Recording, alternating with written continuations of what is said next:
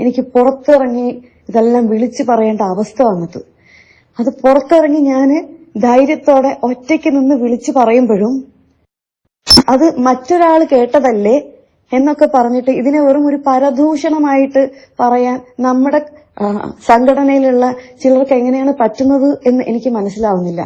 കാര്യങ്ങളുടെ വ്യക്തത ഇല്ലാതെ, ഒരു ക്ലാരിറ്റി ഇല്ലാതെ എങ്ങനെയാണ് ഞാൻ പറയുന്നത് ഒരു പരദൂഷണമായിട്ട് പറയാൻ പറ്റുക എന്ന് എനിക്ക് മനസ്സിലായിട്ടില്ല. ഞാൻ ഇത്രയും ധൈര്യത്തോടെ ഞാൻ സമൂഹത്തിന്റെ മുന്നിൽ വന്നു സംസാരിക്കുകയാണ്. ഈ സംഘടന ഇനിയെങ്കിലും നന്നാവണം, അവിടെ ഇനിയെങ്കിലും സ്ത്രീകൾക്ക് നീതി ലഭിക്കണം, അതിനു വേണ്ടിയിട്ടാണ് ഞാൻ ഈ പോരാടുന്നത്. അപ്പോ വെറും മോശമാക്കി അതിനെ മാറ്റുക എന്നുള്ളത് എനിക്ക് മനസ്സിലാവാത്ത കാര്യമാണ്. എപ്പോഴും പുരുഷന്മാരെ മാത്രമേ സപ്പോർട്ട് ചെയ്യുള്ളൂ നമ്മുടെ സംഘടനയിലുള്ളവര്, എനിക്ക് മനസ്സിലാവുന്നില്ല.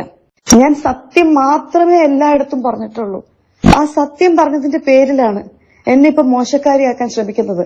നമ്മുടെ സംഘടനയിലുള്ള സ്ത്രീകളെ കൊണ്ട് തന്നെ എനിക്കെതിരെ സംസാരിപ്പിച്ചുകൊണ്ടിരിക്കുകയാണ്. എന്തൊരു മോശം പ്രവണതയാണ് കാണിച്ചുകൊണ്ടിരിക്കുന്നത്. എന്നെ പറ്റി ടിനി ടോം ചേട്ടൻ പറഞ്ഞ കാര്യങ്ങൾ നീനാക്കുറുപ്പ് ചേച്ചി വന്ന് എന്നോട് പറയുകയും മറ്റ് ചില അംഗങ്ങളുടെ മുന്നിൽ വെച്ചിട്ട് തന്നെയാണ് ടിനി ടോം ചേട്ടൻ എന്നെ പറ്റി ഇത്തരം അപവാദങ്ങൾ പറഞ്ഞിട്ടുള്ളത്. അത് കേട്ടു എന്ന് സാക്ഷി പറയാൻ നീനാക്കുറുപ്പ് ചേച്ചി തയ്യാറായി മുന്നോട്ട് വന്നതാണ്. ഇന്ത്യൻ നിയമപ്രകാരം അങ്ങനെ ഒരാൾ സാക്ഷി പറയാൻ തയ്യാറാണെങ്കിൽ അത് ഏറ്റെടുക്കും. കോടതിയിൽ അത് വിശ്വസനീയമാണ്. അങ്ങനെയുള്ള ഒരു കാര്യത്തെയാണ് അവിശ്വസിക്കണം എന്നും പറഞ്ഞിട്ട് നമ്മുടെ സംഘടനയിലുള്ള ചില സ്ത്രീകൾ തന്നെ പുറത്തോട്ടേക്ക് വരുന്നത്. വളരെ മോശമായിട്ടുള്ള ഒരു കാര്യമാണ് കേട്ടോ, വളരെ മോശമായിട്ടുള്ള ഒരു കാര്യം. രാവിലെ തന്നെ ഞാനിത് ഈ